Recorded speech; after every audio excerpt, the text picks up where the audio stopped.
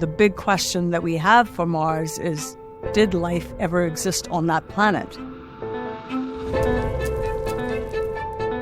These samples are going to give us that extraordinary evidence.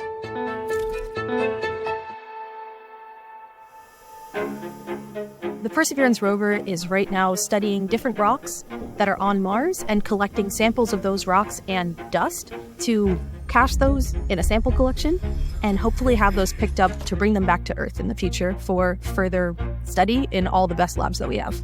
It's quite likely that in some of these potentially habitable environments that we've characterized very well on Mars, there might have been life that existed sometime in the very ancient past. That's the kind of environment that's being explored by Perseverance right now in Jezero Crater. Jezero Crater is really interesting for this mission because we think it's an ancient lake, and there's this delta that leads into the lake.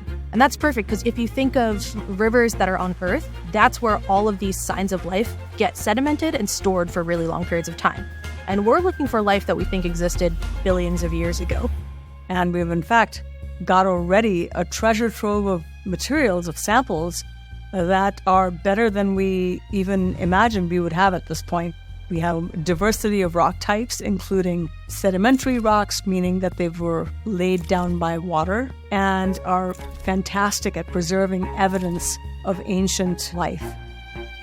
We've also found and collected igneous rocks, which are actually molten magma that's solidified and can tell us something about the early planetary evolution of Mars. We will be able to learn something about planet formation, planet evolution processes from studying these ancient rocks on Mars that really then we can extrapolate to conditions on the Earth. On planet Earth, there really isn't that preserved rock record. But on Mars, we actually can see that ancient history of that early planetary evolution. How did planets form and evolve in the inner solar system? We will be able to get that from studying ancient Mars rocks.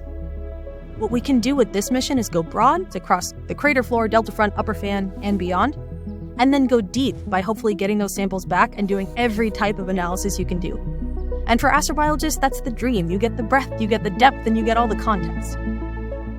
This is going to be a transformative moment for the science community as a whole, because it's going to offer us the opportunity to study these samples for decades to come, to train generations of scientists. When we look out into space, the big question as humans is, are we alone in this universe? Have we always been alone in this universe?